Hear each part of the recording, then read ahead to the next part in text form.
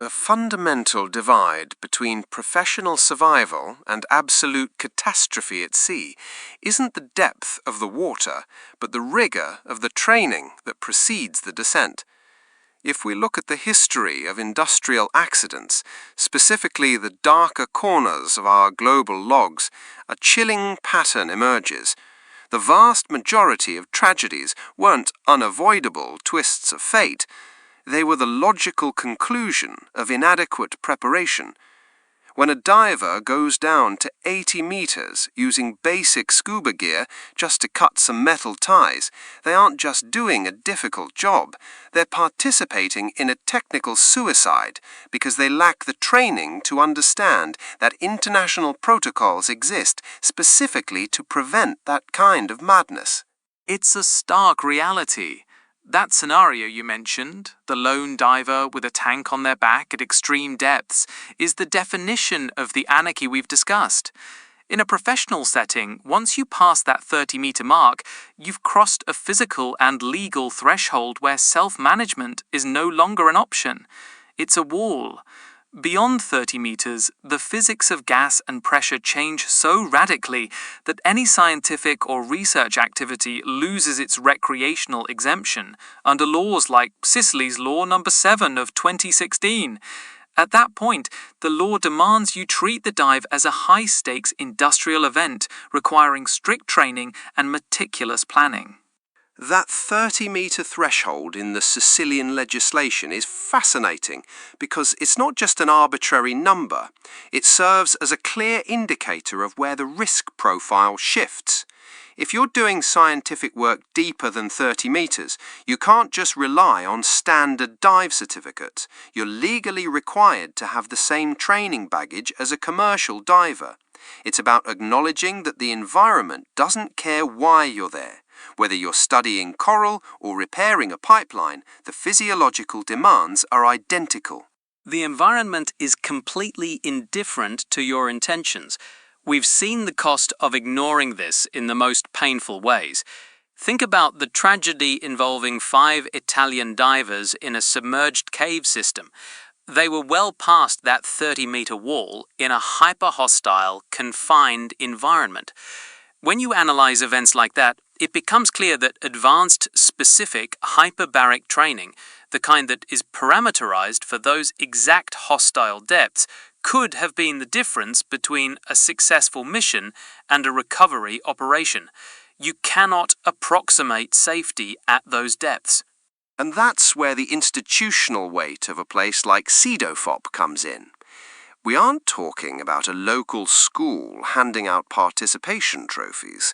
Cedifop is the International Diving Schools Association Study Centre in Italy, and it's currently one of only 16 schools in the entire world recognised as a full member of IDSA. It's the only one in Italy. That status isn't just a label.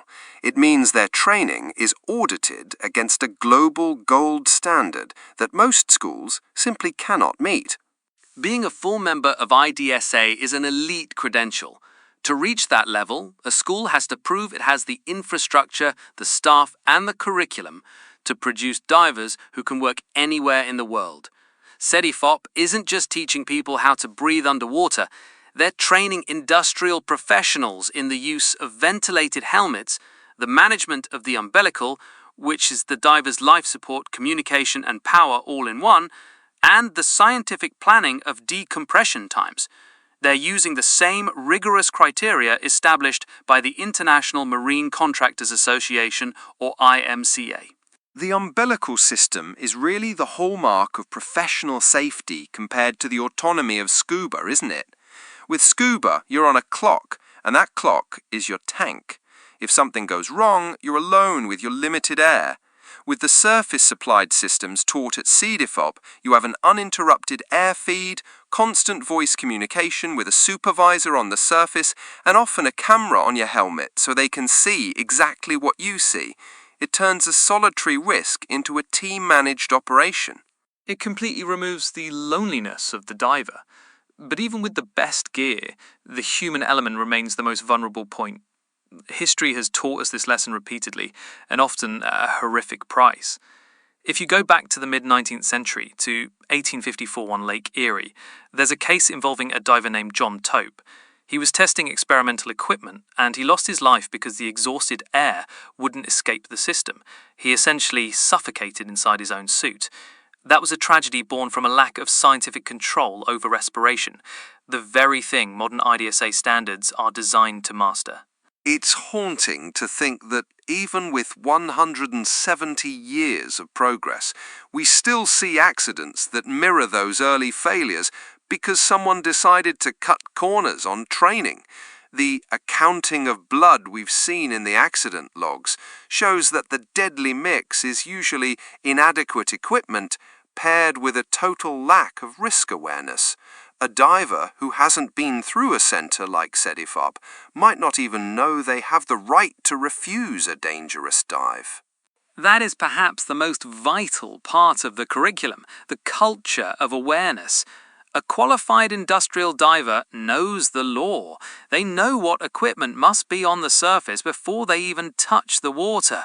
They understand their right and their duty to say no if the employer isn't guaranteeing safety. Training is the shield. When the market demands professionals who have been through these elite centres, the pirate companies that try to save money on the lives of their workers get squeezed out. It feels like we're seeing a shift where safety is no longer viewed as a bureaucratic hurdle or an extra cost, but as the foundational element of a profession of excellence. The synergy between Sicily's pioneering legislation and the global standards of IDSA and IMCA provides a roadmap. If we can standardize this level of training everywhere, we might actually stop that grim tally in the accident logs. Stopping the accounting of pain requires a commitment to the fact that there are no shortcuts. When you use the scientific planning of bottom times, when you master the gas mixtures, and when you respect the 30-meter wall, you aren't just following rules. You're ensuring that every diver who goes down has the greatest right of all, the right to finish their shift and return home to their family. That's what excellence in training actually looks like in practice. The transition from an era of underwater anarchy to one of professional safety is ultimately a journey of education. By moving away from the improvisation of the past and embracing the rigorous standards of institutions like Cedifop, we protect not just the workers, but the integrity of the entire industry. It's a shift from seeing the seabed as a lawless abyss to recognizing it as a workplace that demands the highest level of human and technical precision. It's about professional dignity. A diver who is trained to IDSA standards isn't just an employee. They're a specialist in an environment that is naturally hostile to human life. Their training allows them to work within that environment with a level of control and predictability that would have been unimaginable to the pioneers of the 19th century. We have the tools and the laws now. The challenge is ensuring that no one is allowed to bypass them. And that challenge remains ongoing. Every time a new diver enters a training program, we're making a choice about what kind of industry we want to have. Do we want one that relies on luck, or one that relies on the armored qualifications of international bodies? The evidence from the history of accidents makes the choice for us. Safety isn't an option, it's the prerequisite for the job. The goal is clear. We want that Excel file of tragedies to stop growing.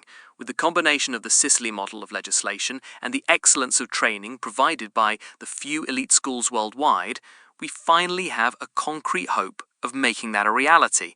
It's about transforming a high-risk gamble into a profession of global standing. As we've seen, the depth of the water is never the real enemy. The real enemy is the lack of knowledge. By supporting these standards and demanding excellence, we can finally close the books on the silent massacre of the past and look toward a future where the abyss is no longer a place of fear, but a place of expertise. Please share this episode with anyone who values safety and professional excellence in the world's most challenging environments.